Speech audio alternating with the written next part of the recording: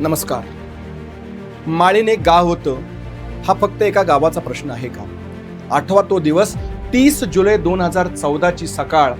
माळीण या गावाची ती एक कथा नाही तर आत्मपरीक्षण करायला लावणारी एक व्यथा आहे. महाराष्ट्रासाठी ती केवळ एक तारीख नव्हती, तर ती कधीच भरून न निघणारी एक ओली जखम होती. पुणे जिल्ह्यातील आंबेगाव तालुक्यात माळीण हे सुंदर गाव. सकाळ उजाडली पण अनेकांच्या आयुष्यात पूर्वीसारखा दिवस दिसलाच नाही.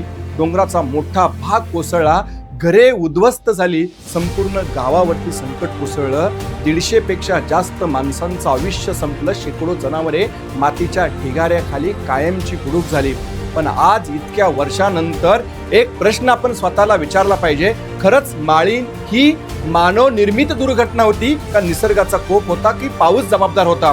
अतिवृष्टी हा डोंगर कोसळण्याचा महत्वाचा तत्कालीन ट्रिगर होता, पण तो एक केवळ ट्रिगर नव्हता, तो बेसुमार झालेली जंगलतोड, डोंगर उतारावरील केलेले जमिनीचं सपाटीकरण, बदललेला भूवापर आणि पर्यावरणाचा पुरेसा विचार न करता होणारा मानवी हस्तक्षेप याही गोष्टी जबाबदार होत्या का? आणि म्हणून एक प्रश्न फक्त निसर्गाने काय केलं हा नाही, तर प्रश्न हा देखील उरतो, आपण निसर्गासोबत काय करत आहोत? विकास आपल्या सर्वांनाच हवा आहे. रस्ते हवेत, घरं हवेत, शेती विकसित झाली पाहिजे, उद्योगधंदे हवेत, पण हा विकास कशासाठी? जो माणसाच्या सुरक्षिततेचा प्रश्न निर्माण करू शकतो, हा विकास खरंच खरा आहे का? डोंगर आपल्याशी बोलत नाहीत, झाडे कधीच आंदोलन करत नाही, माती आपल्याला कधीच नोटीस पाठवत नाही, पण निसर्गाला एक स्वतःची भाषा असते. ती भाषा आपण वेळेत समजून घेतली पाहिजे, नाहीतर त्याची किंमत आपल्याला आणि आपल्या पुढच्या अनेक पिढ्यांना माळीण सारख्या दुर्घटनेने मोजावी लागेल. आज माळीण एक गाव होतं.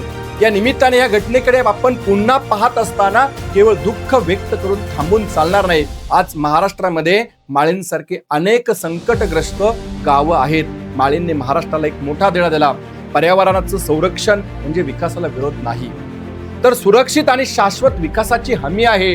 डोंगराळ भागातील बांधकाम असो, शेतीत केलेले बदल असो, जंगलतोड असो, होणारे रिंग रोड असो, होणाऱ्या मोठ्या मोठ्या निसर्गाच्या कुशीत उभ्या राहणाऱ्या सिटीज असोत, विकसित होणारी शहरं असोत, बंद केलेले नद्या नाले ओढ्या असोत, या सर्वांचा विकास करताना माणसाच्या सुरक्षिततेला आपण प्राधान्य दिलंच पाहिजे. कारण आपत्ती आल्यानंतर हजारो हात पुढे येतील, पण ते आपत्ती येऊच नये यासाठी आपण सर्वांनी पुढे आलो पाहिजे.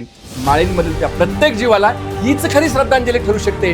निसर्ग जपा, डोंगर जपा, झाडे जपा, नद्या जपा, विकास करताना माणूस देखील जपा, कारण उद्या कुणालाही असं म्हणण्याची वेळ येऊ नये, इथं एक कधी काळी एक गाव होतं आणि काही माणसं राहत होती. पुन्हा एकदा सर्व माळीणमध्ये दुर्घटनेत स्वतःचा जीव गमावलेल्या निष्पाप जीवांना विनम्र अभिवादन.